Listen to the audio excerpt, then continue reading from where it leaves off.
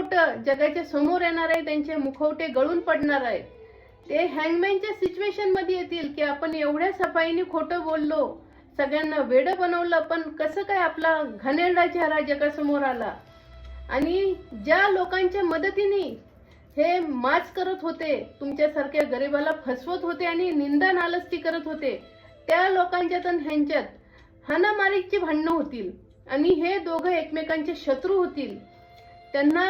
तुम्हाला त्यांनी दुखवलं ना, 1000 गुणा मल्टिप्लाय करून तेच सूर्य त्यांच्या पाठीत डिवाइन खूप असणारे, त्यांचे कर्म खूप असणारे. माँ कालीचा न्याय काय असतो, बजरंगबलीचा न्याय काय असतो, हे आता ह्यांना समजणार आहे. आणि तुम्ही टेन्शन घेऊ नका, तुम्ही प्युअर सोल आहात, तुम्ही कधीही कोणाचं वाईट केलं नाही, तुम्ही एवढे चांगले आहात, एवढे निष्पाप आहात. तुमच्यासारखं माणूस ह्या जगात खूप कमी असतं. तर ह्या देवाच्या लेकरावर ह्या लोकांनी अन्याय केलाय ना, आता बजरंगबली आणि माँ कालीची स्वाड ह्यांना कर्म काय असतं ते दाखवणार आहेत. ह्यांना एवढं बर्डन येणार आहे, एवढं एकटेपणा येणार आहे, ते मरण मागतील पण त्यांना मरण मिळणार नाही. 1000 गुणा मल्टिप्लाय करून आता त्यांना कर्म मिळणार आहे. शनीचा न्याय काय असतो ह्या लोकांना समजणार आहे. परत हे लोक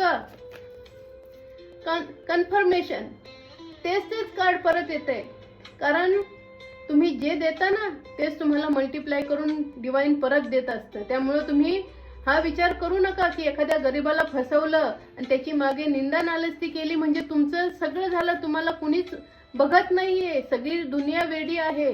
तर दुनिया वेडी आहे ना, ठीक आहे, देव वेडा नाहीये, देव सगळं बघत असतो, त्याच्याकडे तुमच्या एका एका कर्माचा चिठ्ठा लेखा असतो, तुम्हाला तो सूत समित द्यावा लागणार आहे. तुम्ही फक्त प्रेम केलंय ना, तुम्हाला भरभरून प्रेम मिळणार आहे.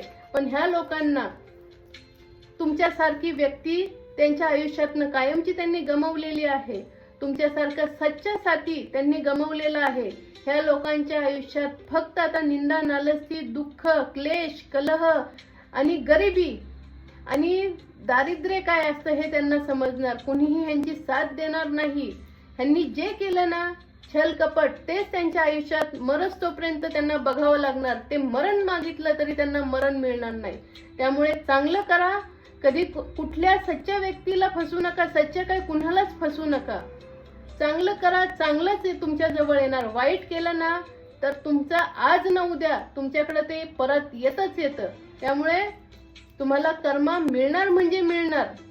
तुमच्या कर्माची आता वेळ आलेली आहे, आता तुमच्या कर्माची फळं भोगा.